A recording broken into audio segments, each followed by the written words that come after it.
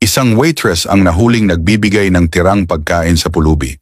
Galit na nilapitan sila ng may-ari ng restaurant. Pero may sinabi siya na tuluyang nagbago ang kapalaran ng pulubi.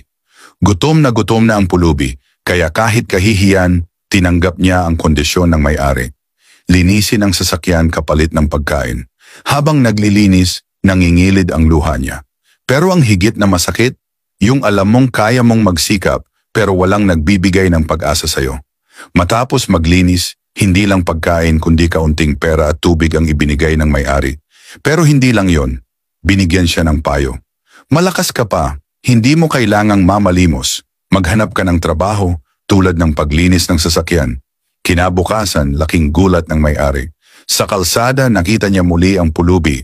May hawak ng karton na may nakasulat, "Car cleaning, 50 only." Nang nilapitan niya, naglinis ulit ng sasakyan ang pulubi. Inalok niya ng 500 pero tumanggi ang lalaki.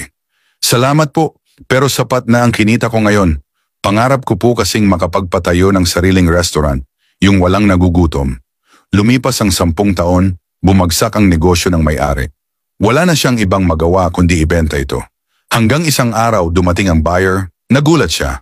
Ang dating pulubi, ngayon ay isang matagumpay na negosyante. Ngunit imbes na bilhin agad ang negosyo, sinabi ng lalaki, "Bibilhin ko lang kung magiging business partner kita. Kung hindi dahil sa'yo, baka nasa kalye pa rin ako. Sama-sama tayong babangon."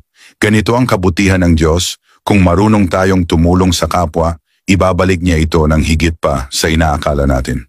Gaya ng sabi sa Kawikaan, chapter 19 verse 17, ang nagpapakita ng kabaitan sa mahihirap ay nagpapahiram sa Panginoon at siya ang magbabayad ng kanilang kabutihan. Kaibigan, naniniwala ka bang babalik sa iyo ng doble ang kabutihang ginagawa mo? I-share mo ang kwentong ito para magbigay ng inspirasyon sa iba. Huwag kalimutang i-follow ang page namin para sa mas marami pang kwento ng pag-asa at pananampalataya.